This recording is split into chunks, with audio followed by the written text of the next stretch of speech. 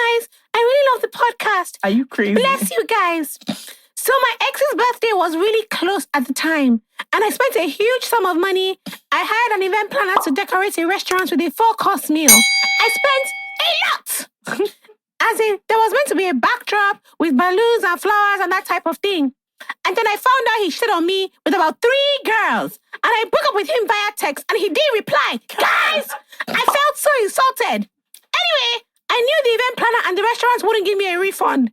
So I called and told them he was dead. The event planner especially felt so bad, she sent the full money back. I used that money to take myself out for lunch, because the way that man made me cry. Thanks for reading. And I hope you guys don't think I'm crazy. I love you. I don't. I love it. You know what? I think people should learn from this because you need to stop. But can I tell you the craziest part of this story?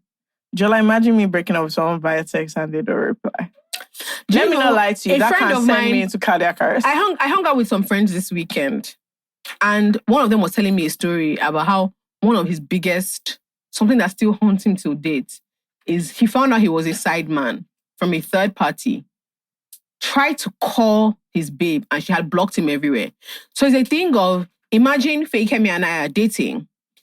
I am having like lunch and being touchy-feely, kissy with somebody else, and Debbie sees me. Immediately I see Debbie, I know Fake-Kemi is about to find out. So I block her preemptively. And he said it burst his brain that he could never get to her to say, Abonsho for he could never vex. He could nothing. Do you know how insane it is for you to break up with someone and they don't respond? Wait, do you know the craziest part? And I said, he said, did you ever see her again? He said, let me tell you something. I said, did you ever see her again? He said, that's what makes it worse. The way they went to go and die. Oh, God. So he never got his... what the hell? Moment of... I'm sorry, I know this sounds awful, but he said that she died. So to today, he was never able to express to her that... Are we all insane? What the hell? Look, you guys, this is not a safe space. I'm sorry, before this podcast is not a safe space. I have to tell you as he's doing me. What the hell is going on? No, he said that she died, What's going on? He said she died, so he could never confront her. Wow. That he was sad she died, but he kept thinking, okay, so true, I will never be able to jack this person on the road. No, things are happening. No, many is happening. Oh my God. Things are really, really, they are really going on. Can you check number 19? Have you seen number 19?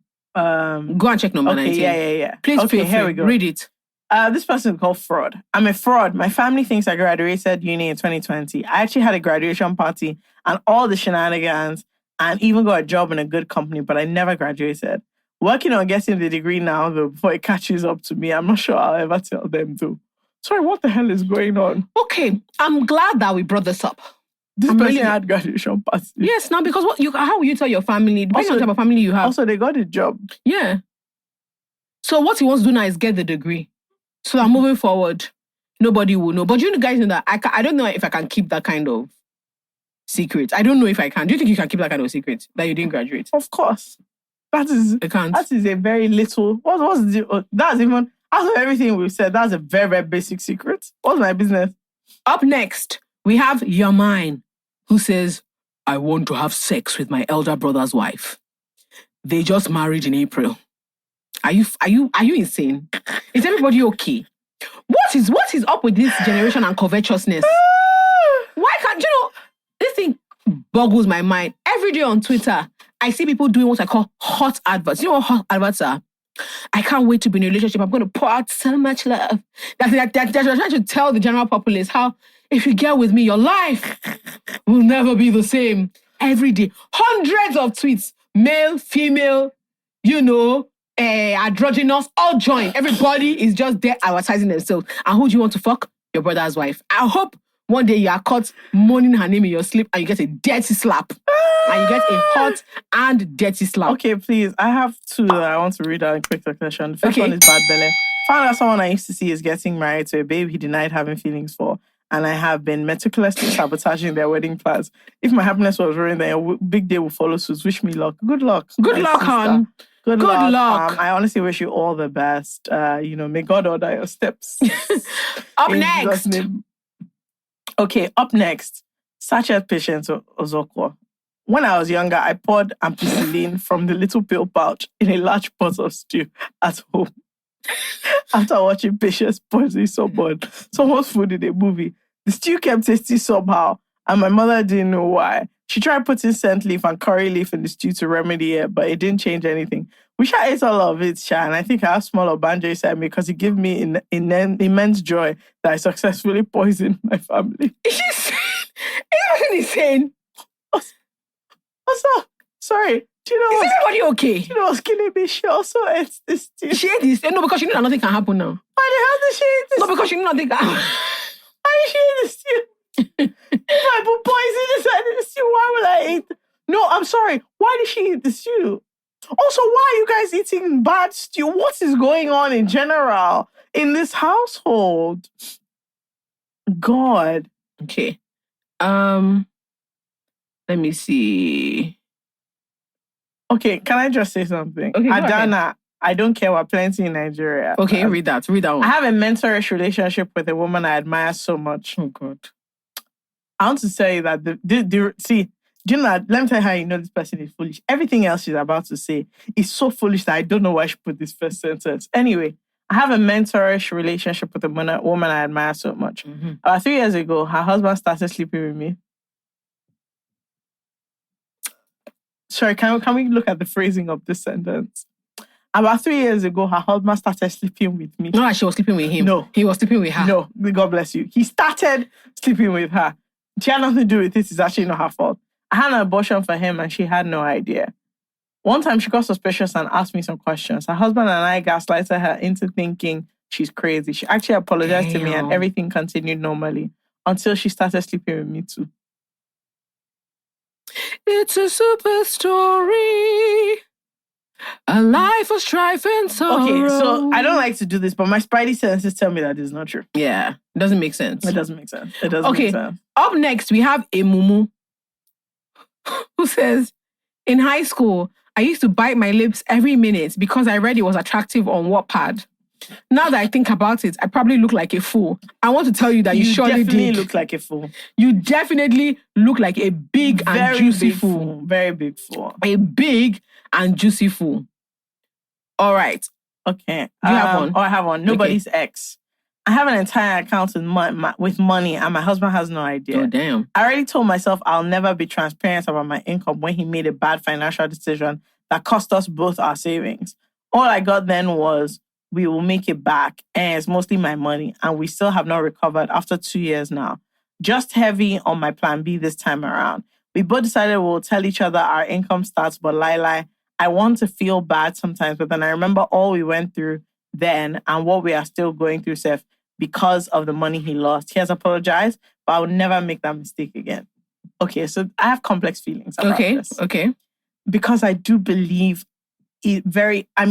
illogically and also logically, that women must have fucking money. Mm-hmm. You must have a stash of money hidden somewhere in case of women specifically, not men. It's very, very specific. Not men. I don't, whatever, anyone you want. But do you think that... But Ben, here's a problem that I have, because I also believe people should be transparent about their money. Yes, it's a conundrum, isn't it? But I think you should be transparent about the fact that you have money hidden somewhere. Yeah. That's my plan. So I think what everybody my plan thinks is to about... tell you there's money I'm hiding somewhere, and then now you know. Yeah, I think the conundrum is people always imagine that what then happens if the family is in trouble? Yeah.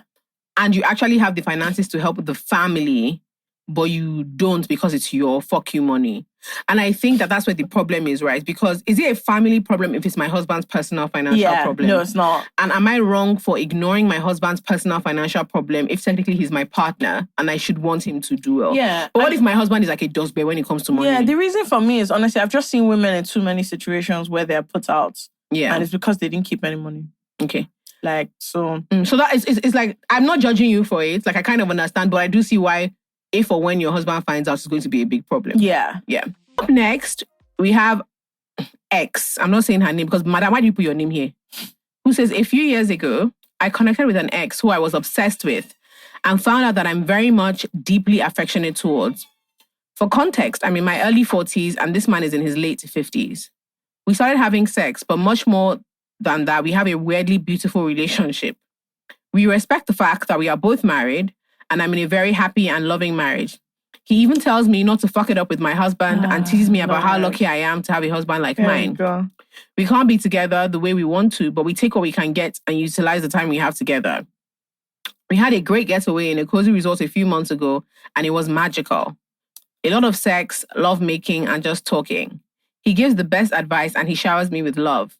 I've chosen to see it as me being lucky in life to have a husband obsessed with me and a lover who cares deeply about me. It's my deep, dark secret and guilty pleasure. And while I feel conflicted and bad sometimes, I love it all the same. Sometimes I wish I can introduce both of them to each other and tell them to share. But why ruin a good thing? Can I just say that, I find it borderline insane that people will say that they have a beautiful relationship with the person they're cheating on their spouse with. And at the same, I understand it. Don't get me wrong, I love rubbish, right? I love rubbish. Mm-hmm. But I just want us to be serious for a bloody moment. Yeah. Which one is you even want to introduce them? I hate rubbish. And what this woman, she's trying to take us for a fool. A mug. She's very arrogant. She's actually very, very arrogant. And what I want her to introduce them. See how beautiful it is when you introduce them to each other. Do you get? What? And you know how pretentious it is that the person you're having an affair with is buddy, they're saying, don't mess it up with your husband. How won't he say that when his wife is at home? You clown. You think he's saying that for your happiness? He doesn't want to fuck up his own life. So look, at the end of the day, it doesn't actually matter how beautiful your affair is. Yeah. It's what it is. And I want us to be realistic. I don't need to ask her because I know. But I think it's something that we should talk about a little bit. Yeah. But more I want to ask and her a more, question. I know she's not on this podcast, but I want to ask her one question. What's the question? Not if her husband was cheating on her. If this man she's having an affair with is cheating on her. Or he's married to. No, it doesn't matter. This is her lover, So let me tell you what it is. This is like the special love that she has. Like it is unbreakable. It doesn't matter if they're both married to other people. Against all odds, they've come together and he's even encouraging her with her husband. Let me put it to you that this woman will lose her bloody mind if she finds out that not her husband, though, her boyfriend is cheating on her with somebody else, even though he's also married. That is when she will remember that it's not good to lie to people. And that's my only question for her. Because her husband, Ojoro Council, she was cheating on him. But when you think you have something special, and this is what this is. So, see the flowery language. It's just so beautiful. They're just having sex. If tomorrow she finds out that actually she's one of 3 women he's sleeping with outside of his marriage, let me not lie to you, her whole world will turn upside down. And that's when she'll remember that, it's actually not good to be cheating. Cheating is bad. It really affects people badly. And this is my problem with this plea that she's doing. This is my problem because let us call a thing now. You people are saying your relationship is special, this one, that. I promise you, I say you want to kill him if you find out he's also having a special relationship with somebody. You think you're the only one going to results, my dear? I pity you. Forgive me. I'm drunk. Chola, you've not even gotten to half of the quack tales. I know. You see through the storm, take me as I am. Baby, it's magic, and it turn that look to you. Come make us